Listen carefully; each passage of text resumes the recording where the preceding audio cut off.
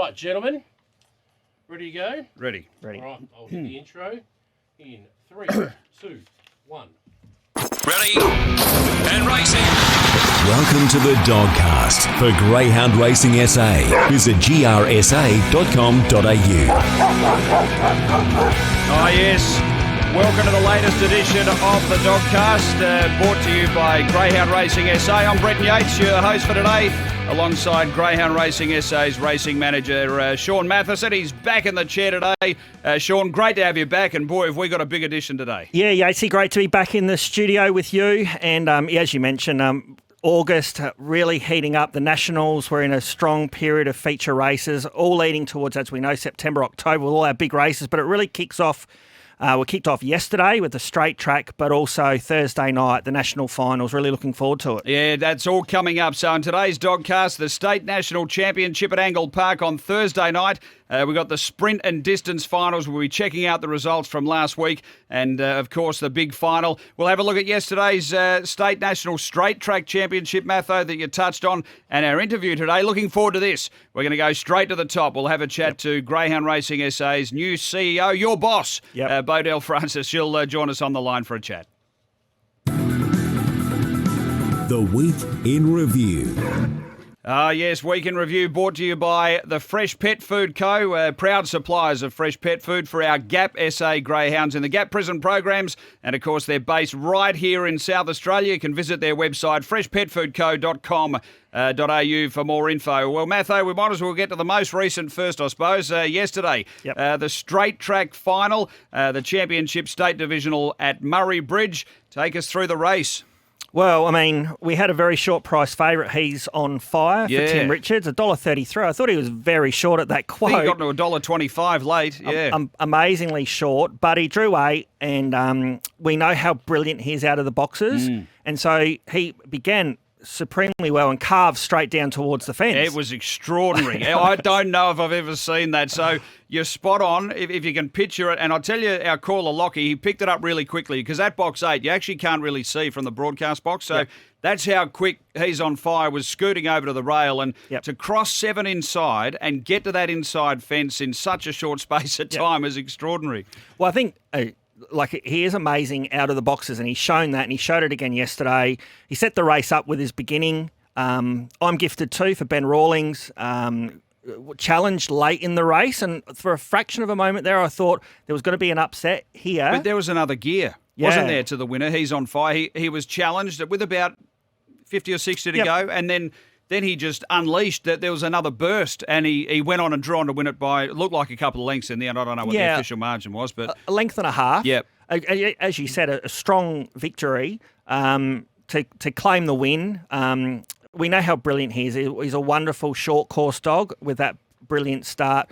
Crush Your Enemy, Tim Richards' other dog, ran 3rd in the final, so well done to him. But the result of that means that he's on fire and I'm gifted too. Tim and Ben will be heading off to represent South Australia at the national finals at the Richmond Straight Track on Saturday the 27th of August. And we'll be taking on dogs from Healesville, Capalaba, and also Richmond themselves. So 4-track national final. Interestingly, in December of last year, when the actual straight track final was held for last year, both Ben and Tim got dogs to the final at Capalaba with He's on purpose, and my name's Craig, qualified. So a terrific result for both of those trainers and both those dogs. But I really think it's good that he's on fire and I'm gifted too. Go up there, represent South Australia, and we'll go in there with live chances in that national final. They're both really speedy greyhounds, and He's on Fire's already won in Queensland, so really looking forward to what they can do in a couple of weeks' time. So how does this work in relation to the national sprint and distance? It's on the same day, is it? Yeah, it is. So it'll be on the Saturday morning at Richmond. Okay. And then when we talk about the sprint and distance finals, they'll be on the Saturday night at Wentworth Park. Terrific. So because now there are 4 tracks racing on the straight track, the nationals have all been aligned together. So it's really great to have all 3 tracks represented in the one state at the one time. So really looking forward to what New South Wales can bring, and they're going to be 3 wonderful finals, and we're going to have 3 wonderful representatives of South Australia. Yeah, absolutely. Yeah, well, let's get on to the sprint because we had the heats last week of the State Divisional Sprint Championship for the national final, which we've got the State Division coming up on Thursday night. But take us back to last week. A couple of heats. What happened in those? Well, Yates, the first heat, Victor Grosso got the win, but the race was set up early by Shaun for Troy Murray.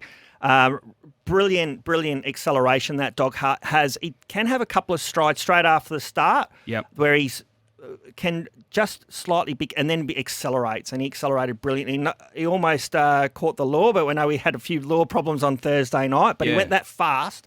He got to the lead, but to be fair, it then set the race up a little bit for Victor Grosso, who was able to move around the field from his box 7, got into a challenging position mid-race, and his run-home time was exceptional. So he sprouted wings over the concluding stages, up the inside in 30.48. Shaun held on really well to run second in 30.63, and he's all-purpose, Tim Richards' dog, stepping up to this open company. Ran a good solid race to finish third, but take nothing away from the winner, Victor Grosso and Tony Rasmussen. He's just a big race performer, isn't he? Absolutely. You got a couple through, and one of those is in the second heat, which was taken out by Cayman Wen for Troy Murray, who bounced back to really some of his best work. He did, yeah. I think a lot of people felt that after his Gawler performance the week before, where Victor Grosso took care of him by almost 8 lengths, that what Cayman went was going to show up. We know how brilliant he is. He made an Adelaide Cup final. He's match raced. He's got brilliant speed. But on the wet track, he really showed his true colours in leading throughout. 30.52, that was a brilliant win. Mally Magic, who always needs a bit of luck in his races, just the way he races and needs to get a bit wider. He was a very strong performance in coming home for second. And Charlie's Misty, Vadim Rods, has got this dog going really well for Ed Burrett. Ran a good handy third. Really shapes, with these 2 heats, it really shapes as a wonderful final on Thursday night. And I will preview that later because the box draw has made it incredibly interesting. Yes. But I do think through the thing we can take from the heats, that Cayman Wen is really the X-factor dog now, because he did show his best.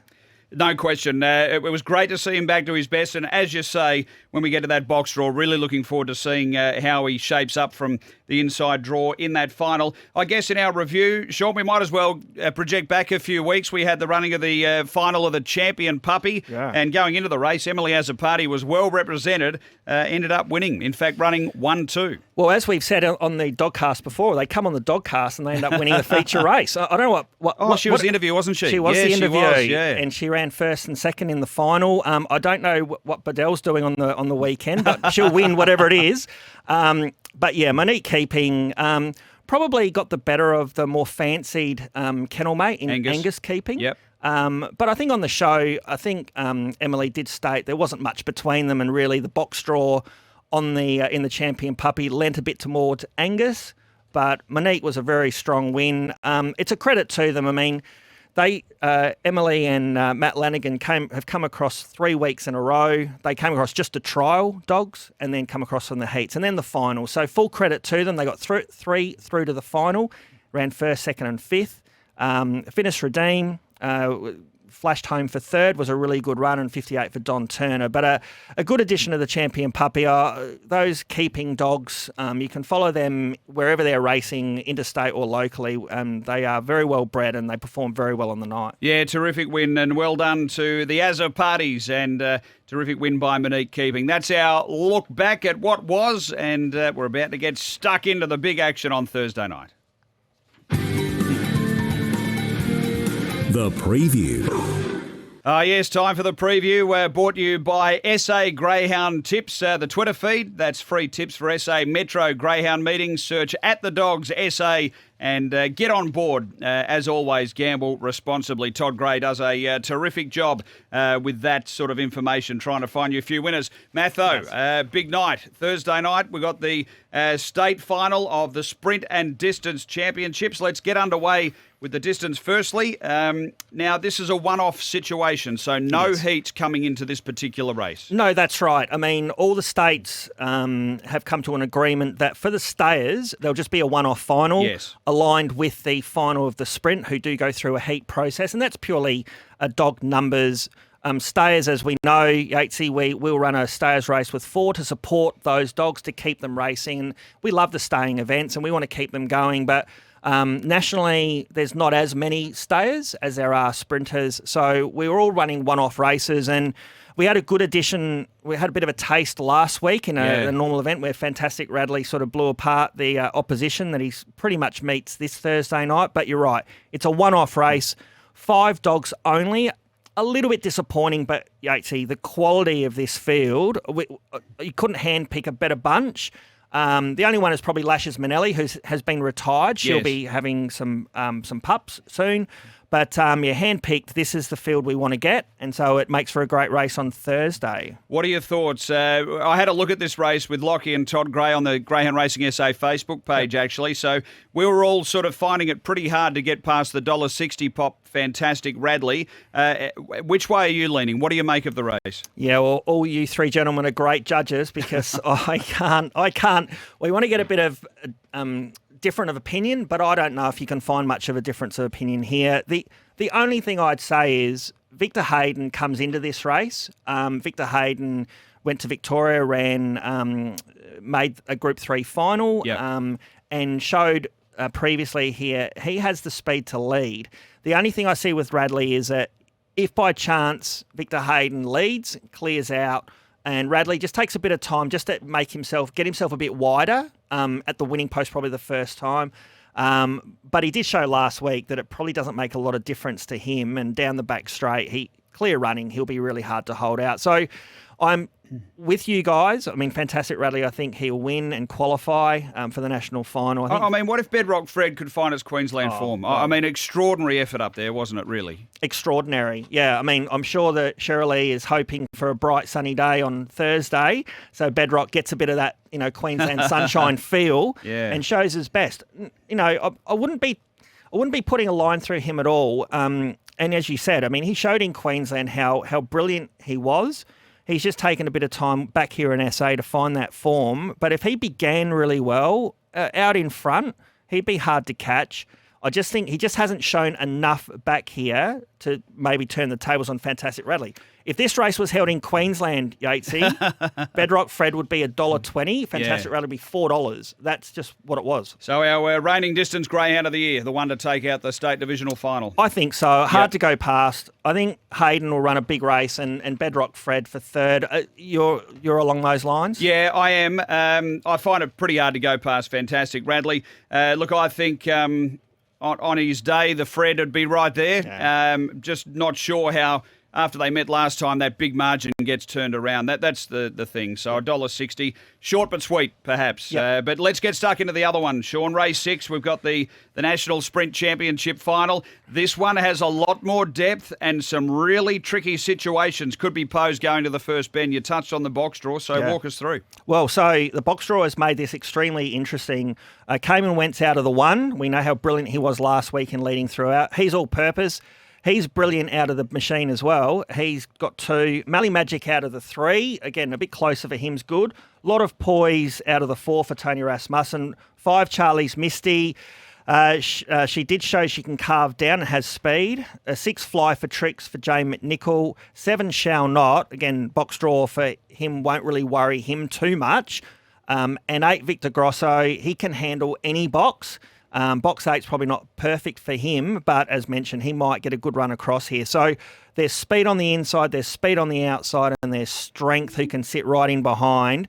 Yatesy, what was your thoughts on your initial thoughts? Who's going to lead, and then who's going to then win?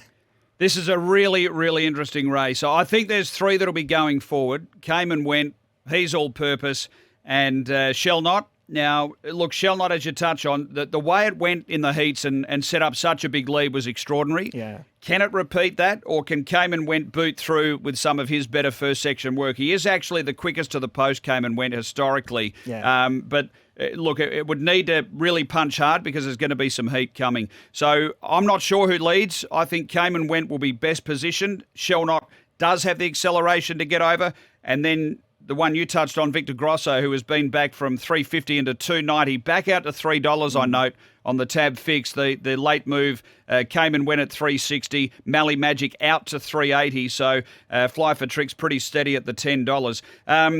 Where do you see Victor Grosso finding the spot on the first bend? Because my real concern, look, he can win tracking wide and carrying ground. We know he's got a big motor. I feel like he races best sort of slipping either between runners or getting onto the fence. Yeah, I agree. I think at the heat stage, he got a beautiful run into the race last week. I just don't know if he's going to get that at the final level. I think there's going to be perhaps too many dogs on his inside. That's my concern. Yeah. That is really my concern because he's probably going to be at least a length and a bit back from Shaun. And then the Cayman Went Hazel Purpose is going to be booting through. You're going to have the 4 and the 5, lot of poise, Charlie's Misty getting their bodies in somewhere. So he's either going to have to go back.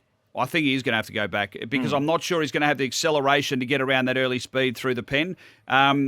If he's able to get back and get to the rail, still winnable, no question. Yeah. But really, really intriguing race. Yeah, I'm happy to risk him, to be fair. And that's, he's one of our favourites in South Australia. He's a brilliant dog.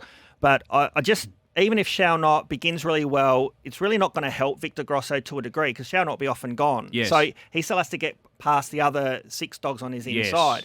So I do think he'll have to take his time and move to the inside. He's a great dog in a field. Yes. So the run still may come for him late in the race. So but I think I'm happy to risk him. I was leaning more so towards Cayman Went, in that he showed last week that he was back to where he was, 6 months ago, right? Yeah. So Shaun, even if Shaun begins brilliantly, Shaun stays off a little bit, and he's all-purpose might actually provide a bit of protection for Cayman Went. Yes. So I think if he can produce his best Cayman Went, he can lead clearly into the back and be the dog to beat. I think some of these other dogs in behind need a little bit of luck. So Mally Magic, he's a 1 in 5 beginning. If this is the 5, he gets outside and he wins. But he's a 1 in 5 in beginning, and will he cop some pressure? I'm nearly hoping he doesn't begin. Yeah. So I'm hoping he is that little bit slow, like he was in the heat. And look, he got a bit of a bump on the first bend. You got to overlook that, but if he's a little bit slow, they'll all be going together, and I think he can burst through and take a run after a bit of trouble. My expectation of him is it is a risk. I don't think he's an on-pacer in this final. I think he's the in-behind and get the luck run. Sure. So, look, the fancied, apart from Cayman Went, which you touch on, which I think is actually a really good point, the others are going to need a lot more luck than the red if the red brings his beginning game. If that happens, then look, maybe you're swaying me a bit here because I'm in the Mally Magic camp because big game performer. Yeah, right? I agree. Final, it's time to go, he goes. Yeah. So to me, that's why I'm with him. He's proven, done it, and he knows when to deliver. How these greyhounds know it's the big time final, I don't know, but he does. And he's the one I'm going to back because he historically can do it, but he's risky. And so is Victor Grosso, and less so maybe as Cayman Went. So, look, you make a really good point on the race. Yeah, I think if they all produce their best, everything except probably Cayman Went needs a touch of luck, to be fair. Yep. Because he's drawn perfectly and he can lead. And he's strong enough. He showed last week he was back near his best. I agree with you with Mally Magic, though. I mean, he does perform. He won the Anniversary Cup. He won the Derby. He knows how to win big races. I'm sure Tony's whispering in his ear about this is the big one. This is the big one. So, I mean, it's a wonderful addition. Really looking forward to it. I've got Cayman Went on top. You're Mally Magic on top. I'm Mally Magic, yeah. So, look, not much between us. And Todd Gray, he was Victor Grosso. So we've all got one of the faves. A terrific final. Is there one in the rougher brigade you want to toss in for our listeners, just if they want to throw one into the trifecta at a bit of value? Or? Oh, I mean, no, I think it's a favourites race, to be fair. Yep. I mean, I do think that the cream will rise to the top in this race. I mean, the likes of anyone making this final, it's a terrific effort and it's a wonderful edition of the National Sprint Final. But the likes of a lot of poise, Charlie's Misty and Fly for Tricks they've drawn the worst they could draw, and they're the outsiders of the race. So I think they're going to need more luck than anyone.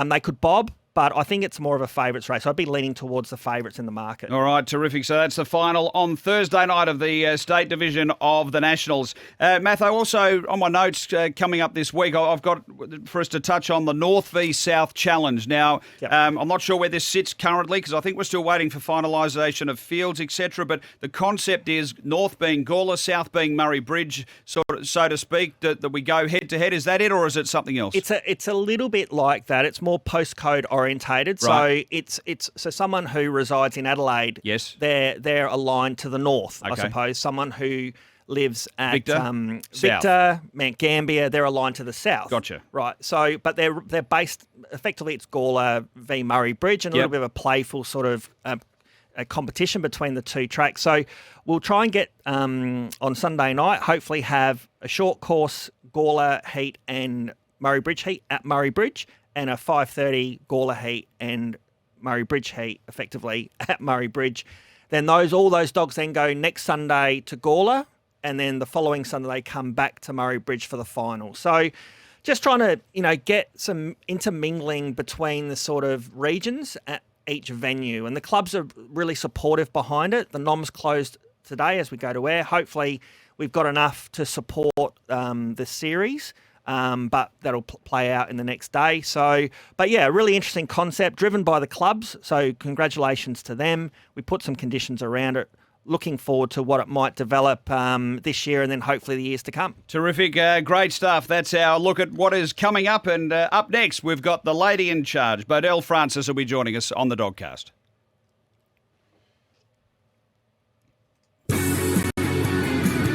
The interview.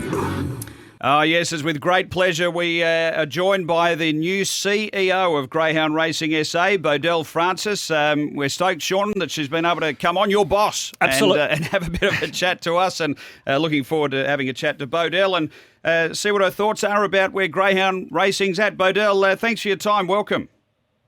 Thank you very much. Thanks for the opportunity. It's terrific to have you on. I guess the first questions first is, what was it about the Greyhound Racing role that attracted you to come over?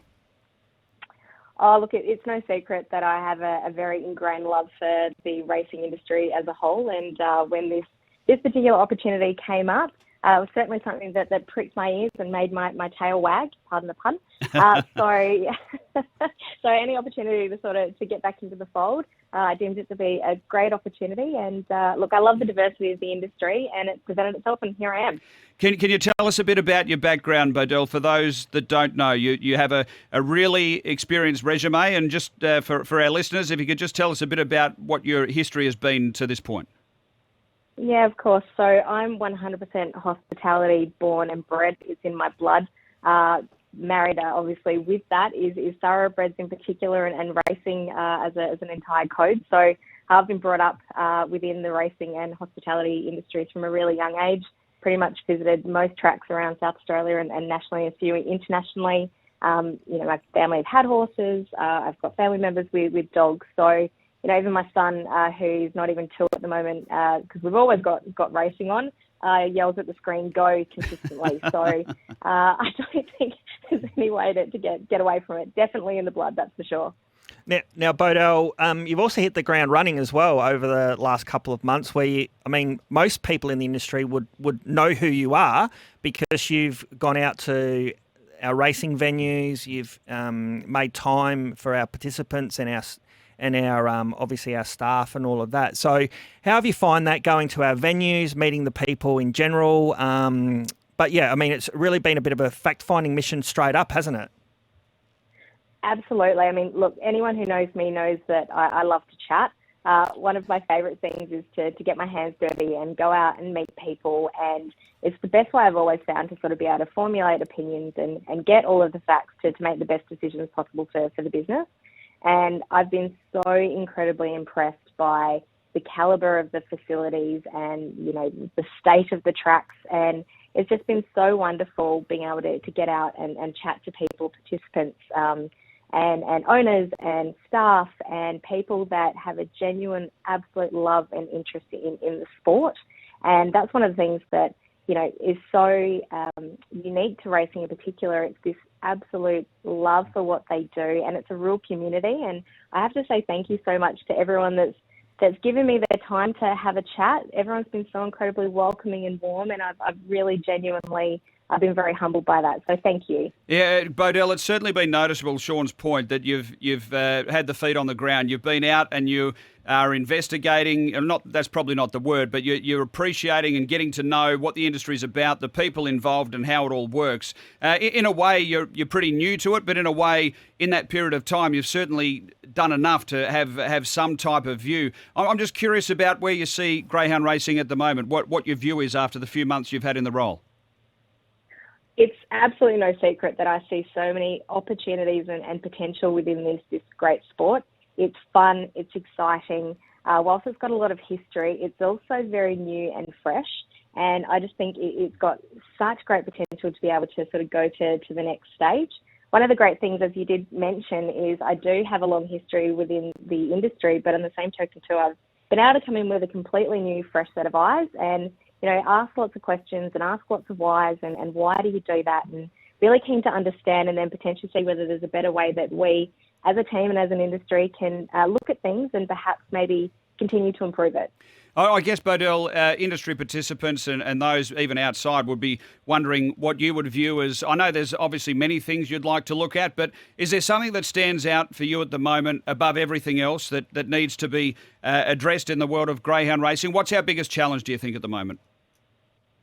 Oh, look, it goes without saying, like every sport, but particularly racing, it's a revenue game. And whilst obviously we do need to continue to invest in our future, 100% it's got to be about being able to support the industry, and that wholly and solely comes through prize money. So, look, it's a challenge for all states, and we are a smaller state, but that doesn't mean we need to be quiet by any stretch of the imagination. So I'm definitely going to be and continue to be out there advocating for the great sport and the economic benefit in which we do provide back to our state and nationwide. We're renowned for being a small state, but we're a nationwide leader, and that's definitely something that I want to continue to make sure we're front and centre of. And so how do we improve that, Bodelle? Sorry, I know your point there is very interesting about banging the drum in a way for South Australia and to sort of get our share of the pie in a way. The revenue situation with growth and turnover, the awareness, it sounded like, is a major issue there that you're looking to attack or not. Doesn't matter as to whether we've got multiple dollars coming in or not enough dollars coming in. One of the most important parts of any business, and as I mentioned before, and I've come from hospitality, but I'm a professional business person through and through, and dollars and cents in any environment are incredibly important. So look, my job, Brenton, is to get out there and try and grow that pie however I can, whether that be increasing our market share from the other codes, whether that be trying to get our wagering partners to invest more in our industry, whether that be looking at cost efficiencies. It's about growing revenue and trying to find efficiencies across the board. So it's definitely a multiple prong attack from my end. Yeah, it sounds fantastic. It sounds as though with your background as well, it's going to marry in beautifully to what we have at all venues, which is a great hospitality aspect that perhaps we can grow on. So the hand-in-hand background that you have seems to fit beautifully for the world of greyhound racing and where we are at the moment. And just as an extension to that, I guess what they say about business and what they say about entities is that it's from the top down. Now, obviously, you're sitting at the top along with the board, and I was just curious about your general business ideas and principles and how that might flow down through what we see as the sport of greyhound racing. Sure. So, look, first and foremost for me, it's 100% about putting on amazing events and creating experiences. Ultimately, at the end of the day, whether you're coming as a first-time punter to the track or, you're a long-term participant, it's all about making people feel welcome in the space. So I guess off the back of that too, and, Shaun has heard me bang on like a broken record about this as well, I'm very much about mutual respect. I'm very much about being a team player. And on the same token too, I like to run a professional ship. And that's what respectfully I expect from, the team here at GRSA. But likewise to everyone who participates in the sport as well. Well, Beaudel, we really appreciate your time on the Dogcast. It sounds like, Shaun, we've certainly got the right person in the right spot. So let's see what unfolds over the next little bit. Thanks, Beaudel.